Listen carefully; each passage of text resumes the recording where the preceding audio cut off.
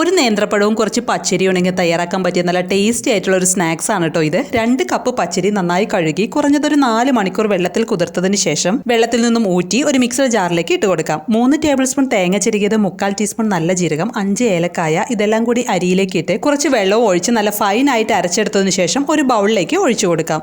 ഇനി ഒരു പാൻ ചൂടാക്കി അതിലേക്ക് 1 ടീസ്പൂൺ നെയ്യും കുറച്ച് വെളിച്ചെണ്ണയും ഒഴിച്ച് തേങ്ങാക്കൊത്ത് അതിലേക്കിട്ട് വറുത്തെടുക്കാം. ഈ പാകമാകുമ്പോൾ 1/4 കപ്പ് ചെറിയുള്ളി അരിഞ്ഞതും കൂടി പാനിലേക്കിട്ട് എല്ലാം മൊരിഞ്ഞു വരുമ്പോൾ പാനിൽ നിന്നും മാറ്റാം. ഒരു നേന്ത്രപ്പഴം ചെറുതാക്കി കട്ട് ചെയ്ത് പാനിലേക്കിട്ട് പഴം വെന്ത് വരുമ്പോൾ 1 ടീസ്പൂൺ പഞ്ചസാര കൂടി ചേർത്ത് ഇളക്കി പാനിൽ നിന്നും മാറ്റാം. 300 ഗ്രാം ശർക്കര എടുത്ത് അതിലേക്ക് 1 കപ്പ് വെള്ളം ഒഴിച്ച് ഉരുക്കിയെടുത്തതിന് ശേഷം ചൂടോടുകൂടി തന്നെ അരച്ചെടുത്ത മാവിലേക്ക് അരിച്ചൊഴിച്ച് ഉടൻ തന്നെ ഇളക്കി കൊടുക്കണം.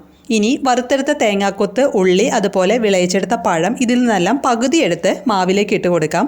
ബാക്കിയുള്ളത് അപ്പം തയ്യാറാക്കുമ്പോൾ മുകളിൽ ഇട്ട് കൊടുക്കാം. അടുത്തതായി 1/4 ടീസ്പൂണിന് താഴെ ബേക്കിംഗ് സോഡ, 1/4 ടീസ്പൂൺ ഉപ്പ് ഇതെല്ലാം മാവിലേക്കിട്ട് നല്ല പോലെ മിക്സ് ചെയ്യാം. അപ്പത്തിനുള്ള മാവ് റെഡി ആയിട്ടുണ്ട്. അപ്പത്തിന്റെ മാവ് കുറച്ച് ലൂസായിട്ടാണ് ഇരിക്കേണ്ടത്. ഇനി അപ്പച്ചട്ടി ചൂടാക്കി 1 ടീസ്പൂൺ നെയ്യും 1 ടീസ്പൂൺ വെളിച്ചെണ്ണയും ഒഴിച്ച് നല്ല പോലെ ചൂടായി വരുമ്പോൾ മാവ് കോരി ഒഴിച്ച് വറുത്തെടുത്ത തേങ്ങ, ഉള്ളി അതുപോലെ പഴം വിളയിച്ചത് ഇതെല്ലാം മുകളിൽ കൂടി ഇട്ട് സ്റ്റൗവിന്റെ ഫ്ലെയിം ലോ ആക്കി മൂടി വെച്ച് അപ്പം വേവിച്ചെടുക്കാം.